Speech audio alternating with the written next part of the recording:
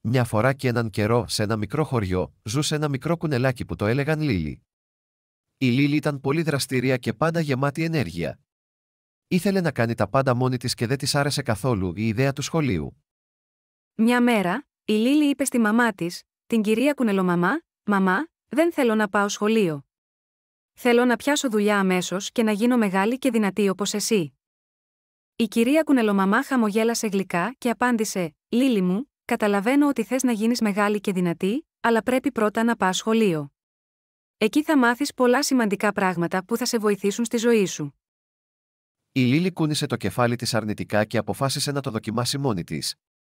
Έτσι, την επόμενη μέρα, αντί να πάει σχολείο, πήγε στο δάσος για να βρει δουλειά. Εκεί συνάντησε τον κύριο Σκίουρο, που είχε ένα μικρό μαγαζί με καρύδια. «Κύριε Σκίουρε, μπορώ να δουλέψω για εσάς?» ρώτησε η Λίλι. Ο κύριος Σκίουρος την κοίταξε με ενδιαφέρον και της απάντησε: «Βεβαίως, Λίλι, αλλά ξέρεις να μετράς τα καρύδια και να γράφεις τις παραγγελίες». Η Λίλι κούνησε το κεφάλι της αρνητικά. «Όχι, δεν τα ξέρω αυτά». «Τότε πρέπει πρώτα να πας σχολείο για να μάθεις», είπε ο κύριος Σκίουρος. Η Λίλι, απογοητευμένη, συνέχισε να ψάχνει δουλειά. Συνάντησε τον κύριο Γερανό που κατασκεύαζε φωλιές.